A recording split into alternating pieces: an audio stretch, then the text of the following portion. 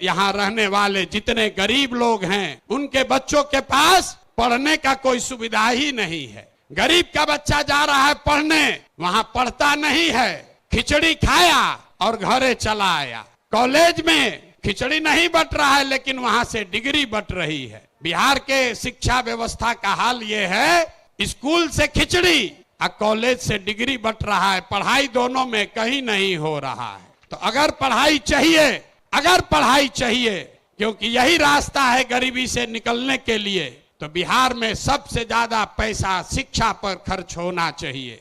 इसलिए जनसुराज कह रहा है कि जब हमारी व्यवस्था बनेगी तो 1 घंटा के अंदर शराबबंदी को उठाकर फेंक देंगे। अगर बिहार में विश्व स्तरीय सबसे अच्छा शिक्षा व्यवस्था बनाना है तो 5 लाख करोड़ रुपया चाहिए।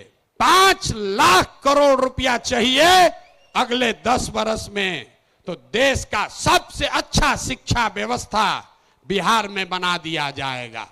और ये 5 लाख करोड़ रुपया आएगा कैसे? जो शराबबंदी हटाएंगे तो ये तय किया कि शराब से आने वाला टैक्स का पैसा वो बजट में नहीं जाएगा, नेताजी के सुरक्षा के लिए नहीं खर्चा होगा, सड़क बिजली पानी के लिए नहीं होगा। जितना शराबबंदी के टैक्स का पैसा होगा अगले 20 वर्ष बिहार में सिर्फ और सिर्फ नई शिक्षा व्यवस्था बनाने के लिए खर्च किया जाएगा। अब समझ में आया काहे हटाना चाहते हैं? हर बरिस 20,000 करोड़ रुपया शराबबंदी के चलते नुकसान हो रहा है, तो 20 बरस के पैसे को, शराब के टैक्स को अगर आप नई शिक्षा के व्यवस्था के लिए खर्चा करें तो 4 लाख 5 लाख करोड़ रुपया बिहार के बच्चों के मुस्तकबिल को बदलने के लिए उपलब्ध हो जाएगा। हम ये नहीं कह रहे हैं कि शिक्षा व्यवस्था बनाएंगे, उसका रास्ता भी आपको बता रहे।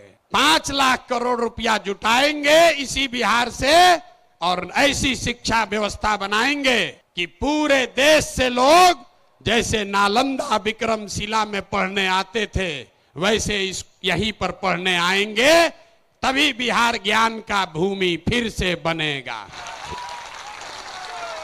शराबबंदी जाएगा, नई शिक्षा